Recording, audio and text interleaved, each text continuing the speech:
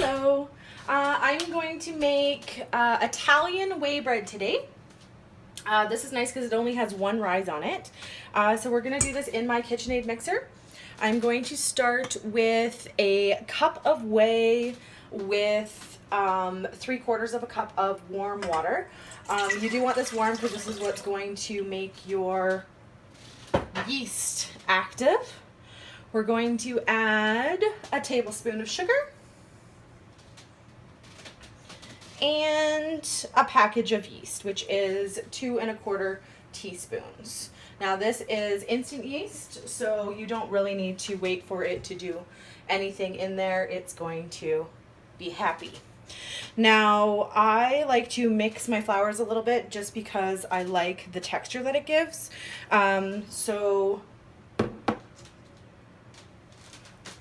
I'm going to add 5 tablespoons of butter.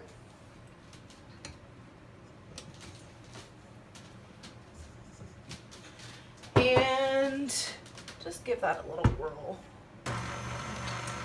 just to get the butter starting to melt in that warm liquid. And I am using 2 tablespoons of rye flour. You do not need to. You could use this all with white, all-purpose flour. You could use half whole wheat and white.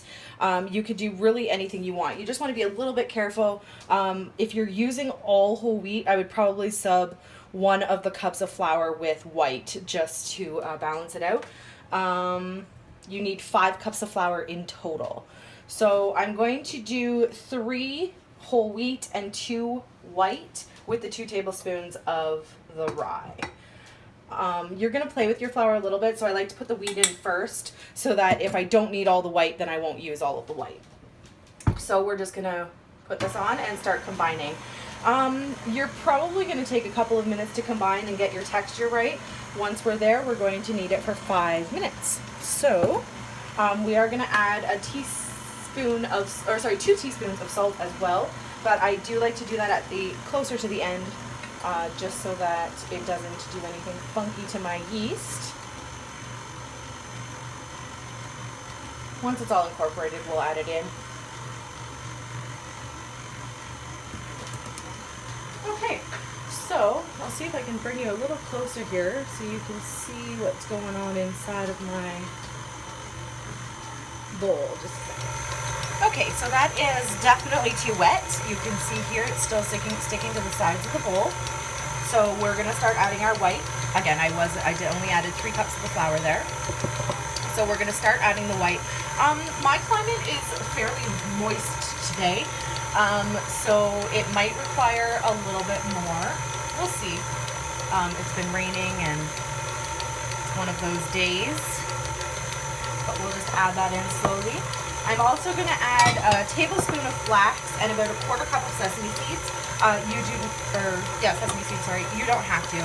I really like the texture and the flavor of the sesame seeds in this.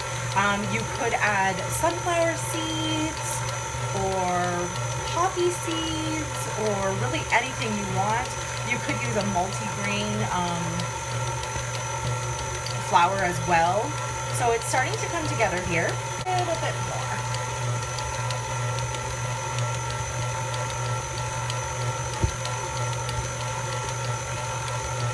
And you can see it's coming away from the side of the bowl. It's starting to do its thing. That's exactly what we want.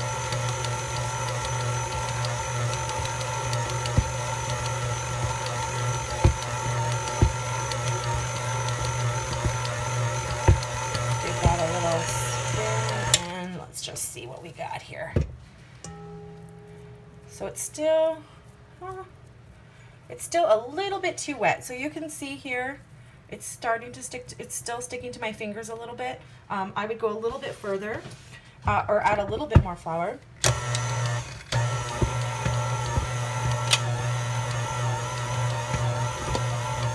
Not all of it though.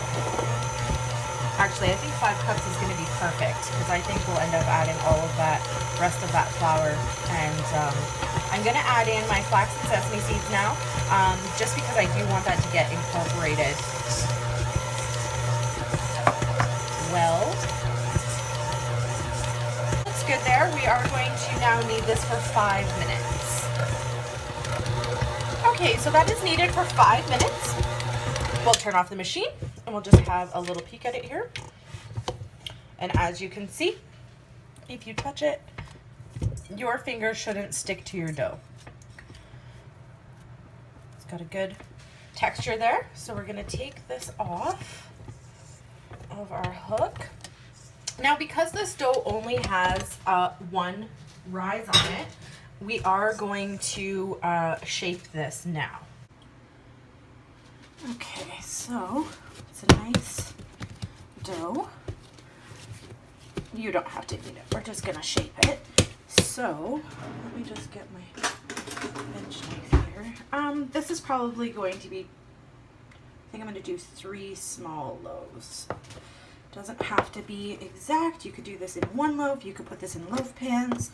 I'm going to try to have this somewhat exact. Okay, so we're just going to, you're just going to take it and pinch in the sides. Now, because the whey is in here, it does have a flavor kind of like, I would almost call it a sourdough. It tastes a little bit like sourdough. I'm going to do these in kind of like a French stick, kind of. A smaller, skinnier loaf. So we're just going to roll this out a little bit. They're not going to be huge or anything, just like that. So just shake that, and I'm going to put it on a Silpat. You do not need to use a Silpat. You could use anything. You could use a cookie sheet. Again, you can put it in a loaf pan.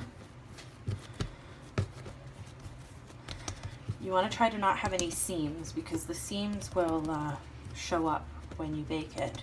But that's really just aesthetics. You can have it however you like.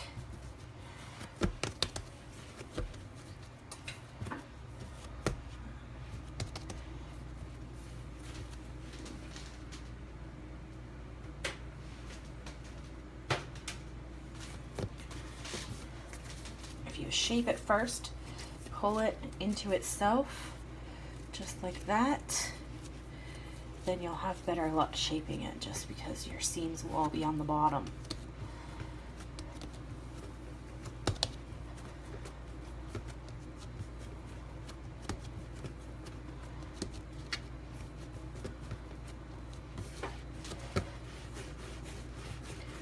Okay. So this is probably going to rise for at least an hour, maybe more depending on your climate. Right there. So I'm just going to cover these, put them in the oven with the light on, and we'll let those rise up and they will go right into a bake after that. Okay, so these have proofed for an hour. And I have my oven preheated to 425 degrees. I am going to put some slits in the top of these. Now you want to be kind of gentle, you don't want to deflate it, but just, and again, this is just aesthetics. I'm just going to do little lines like that.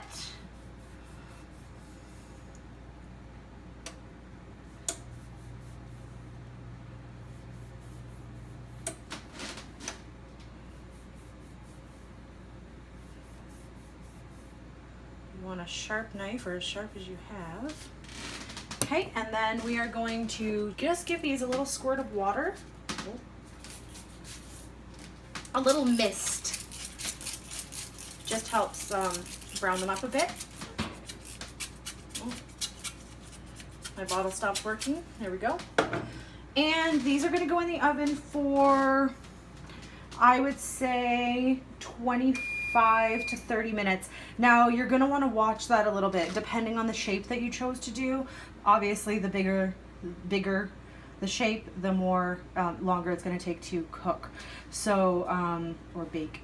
So just keep an eye on that. I would say 25 minutes probably would be a good rule of thumb, and then check it after that.